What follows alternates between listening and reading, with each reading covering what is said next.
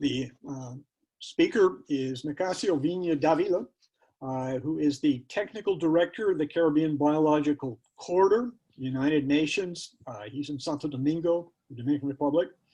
And he worked, I'm not going to read all his collaborators. There's a good number. You can see them in the abstracts, but he worked with a large number of collaborators and cooperators in Cuba.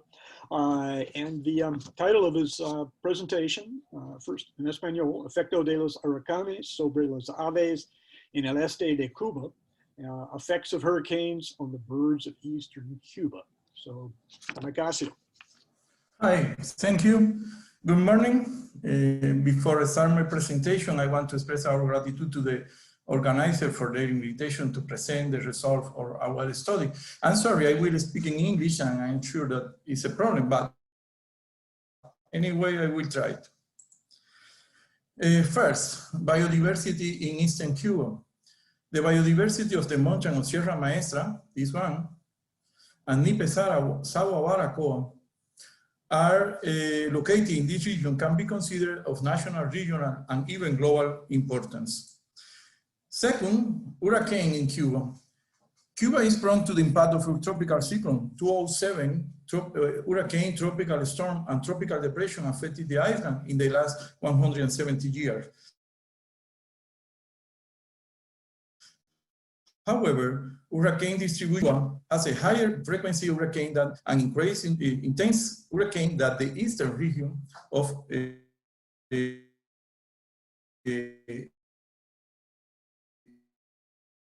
eastern region.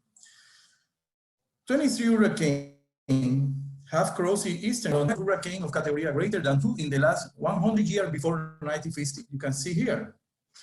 Between 1951 and 2000, records correspond to categories 1 and 3, with one hurricane every 7 years. But the most interesting is this century. All hurricanes impacting eastern Cuba were of category equal or greater than 3, accounting for one hurricane every 4 years. You can see here. Since 1998, we have studied a total of 6 hurricanes in eastern Cuba. Dennis, hurricane category 4, category 4-2, Irma, category 5, George, category 3, Matthews is here, and category 4, and Sandy, category 3. In 4 of the case, we have previous studies in the area affected by the hurricane. All the information collected about these events has been organized and processed. We analyzed the characteristic and variable of hurricane ecosystems that allow, and species that allow with the understanding of the cause of the impact. All the identified impact were documented and categorized according to their magnitude, extent, and persistence. The data was organized in a way to allow rapid updating and analysis. The slide shows 2 examples. This is maybe the most important slide in the conference, because we put together all the results in the 6 hurricanes. The combination of variables that condition impact were identified for each hurricane and are shown in this diagram. Understanding each case is important for better management of natural area and for implementing action to build resilience. We will show example of the combination of variables identified for some hurricanes and the impact generated. We will show the 2 hurricanes in the same ecosystem and the same hurricane in 2 different ecosystems. The first case, Sandy, the graph here shows the total catch per month at the banding station, a record in Siboney, a banding station, permanent banding station. This in red is the months after Sandy, and it's a record until the moment. But we will not talking about banding station and what happened. We will be talking about this red line. The red line in the map showed an area where breeding activity of several bird species was studied for 3 years.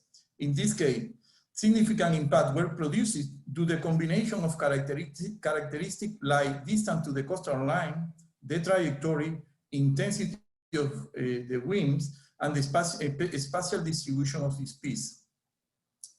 We had detected more than 500 eggs of several species in each monitoring breeding season. The combination of a strong wind, which generate intense wave in a low and deep coast, totally transformed the relief and eliminate the vegetation cover. This generated the total loss of forest substrate, food supply, nest and nesting site, roosting site, and caused the displacement of birds to other areas. The intensity and durability of the impact were very high. Recovery process have been monitoring, and only the beginning of the vegetation recolonization process is evident so far. Everything changed in just 4 hours. Let's see again. This is how was the area, and this is after the hurricane.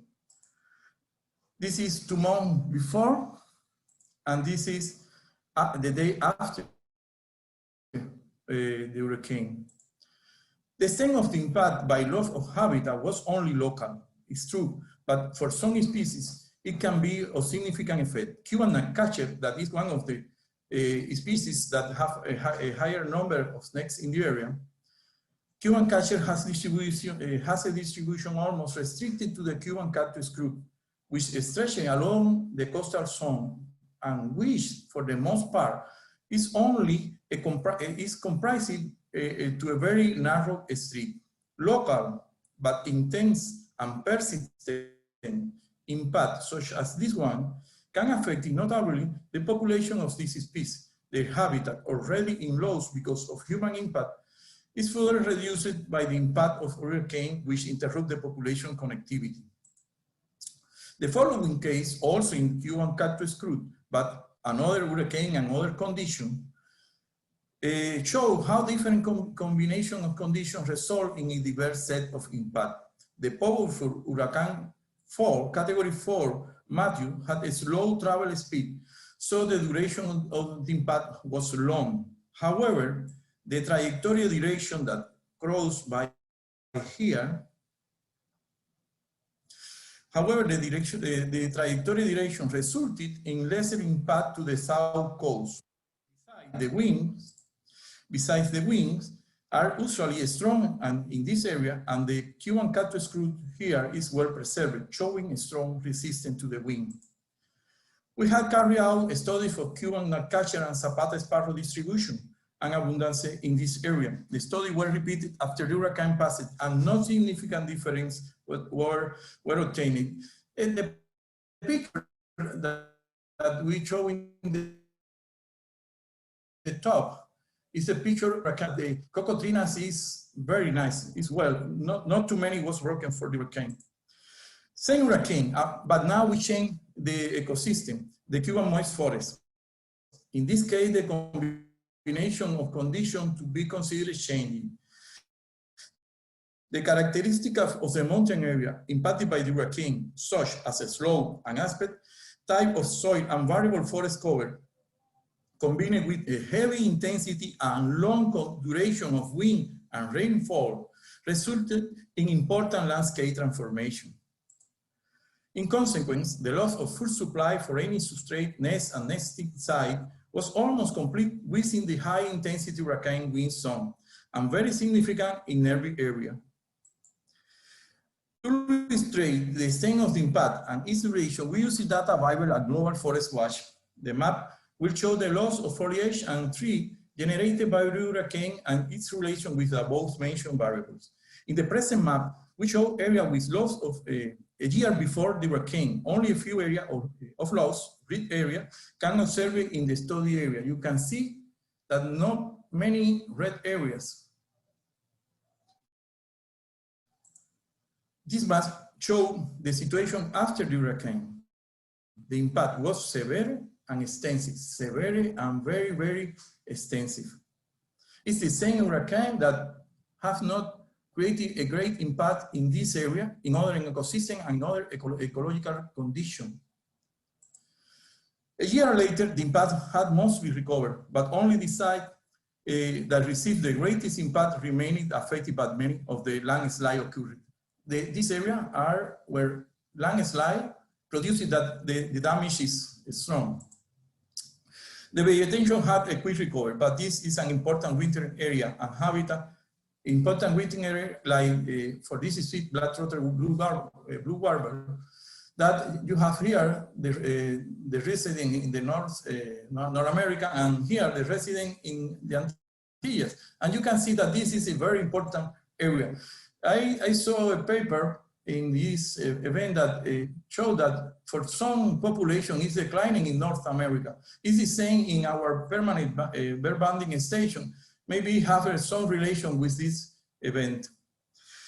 And it's habitat too of endemic species like Cuban solitaire and some very rare like gigant king bear or Cuban coyote. And who knows if the ivory-belly woodpecker is still somewhere. So we must continue monitoring and studying to have a better understanding about what is going on and making better conservation decisions and prediction.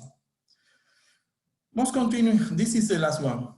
We must continue to explore the impact of hurricane or extreme event with other ecological processes, such as concentration inside during migration.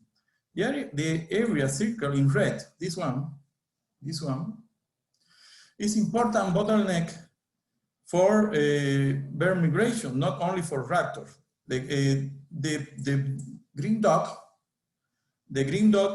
show the position where we put for in the last 2 years raptor point count. The graph show the osprey count last year with a peak in October. This is only the October month. And yes, the numbers are correct. More than 900 osprey in a single day, you can see.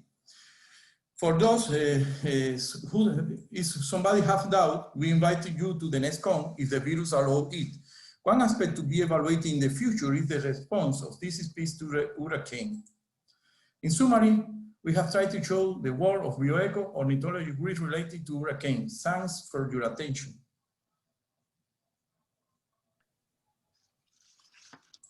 Well, thank you very much, Nicasio, for a nice overview of the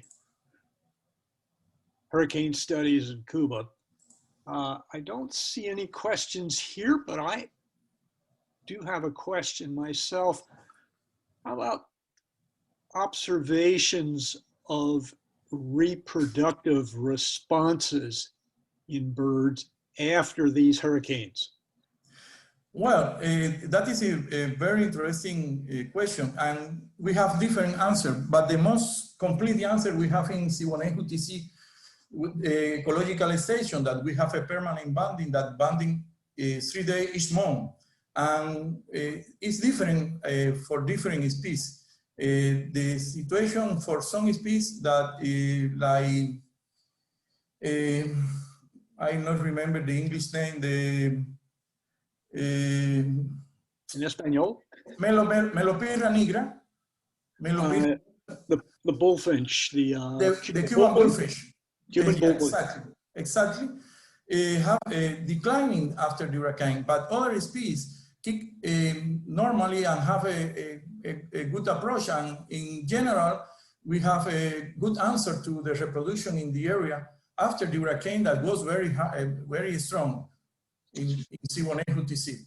Sandy was incredible because crossed very close to the reserve and create a strong destruction. Okay, let's see.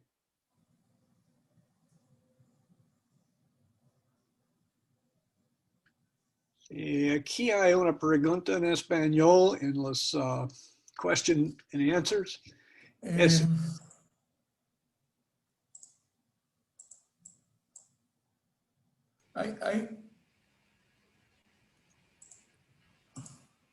Can you read it? I can read it too if you want, but it's easier if you read it. Yes, I prefer that you read it because I not found out the chat. Okay, this is question and Q&A. Es evidente que cada huracán ha sido un evento único, pero han podido analizar el efecto cumulativo de todos estos eventos? I will answer in Spanish. The question was in Spanish and it's more easy for me. Sigue, en español. Ok. Cada huracán es un evento único. That's true. But the real, la realidad es que lo que es único son las combinaciones de factores ecológicos, de relieve, condiciones de la costa, vegetación, etcétera, las condiciones de las especies y las condiciones de huracán. No es cada huracán lo que es único. En mi opinión, lo que es único son las combinaciones de factores en que se enfrentan las especies y ecosistemas al huracán en determinadas condiciones. Y los efectos acumulativos no es posible todavía estudiarlo, porque si ustedes se dan cuenta,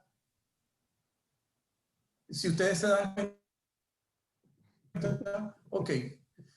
We're out of time. I'm sorry to interrupt you. Pardóname, but we can return to this. Okay, don't worry. I will answer